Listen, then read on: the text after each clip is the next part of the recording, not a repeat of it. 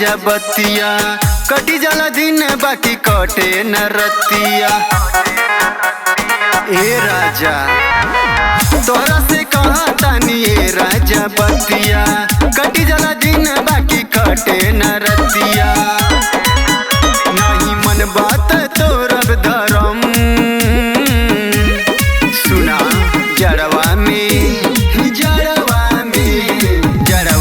घरवा न आई बाबलम तर जैया देवर से करा लेब गरम। जड़वा में घरवा न आई बाबलम तर जैया देवर से करा लेब गरम।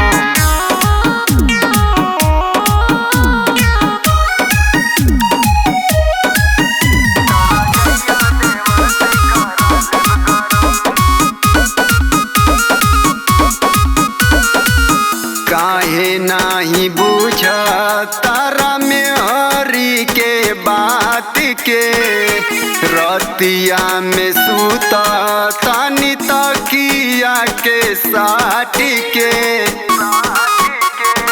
का बताई अपना पीर के काहे नाही बुझ तारा में हरी के बात के रतिया में सूता तानी तकिया के साथ के।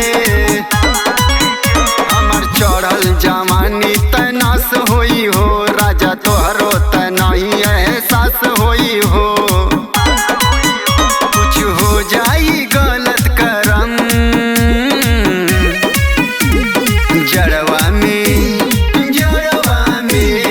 जड़वा में घरवा न आई बाबलम तरा जैया देवर से करा लेब गरम।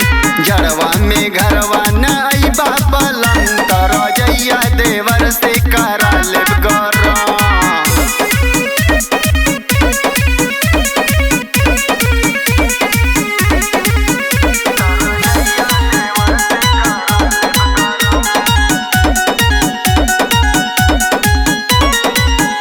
डी के बलमुआ मजा मारेला सहार में ससी देवरवा घुसल रहता रे घर में। ए जी बुझी ना डी के बलमुआ मजा मारेला सहार में ससी देवरवा घुसल रहता रे घर में।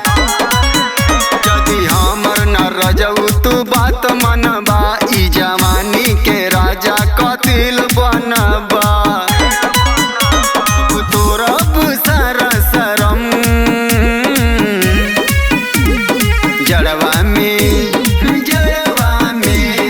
जड़वा में घरवा न आई बाबलम तर जैया देवर से करा लेब गरम।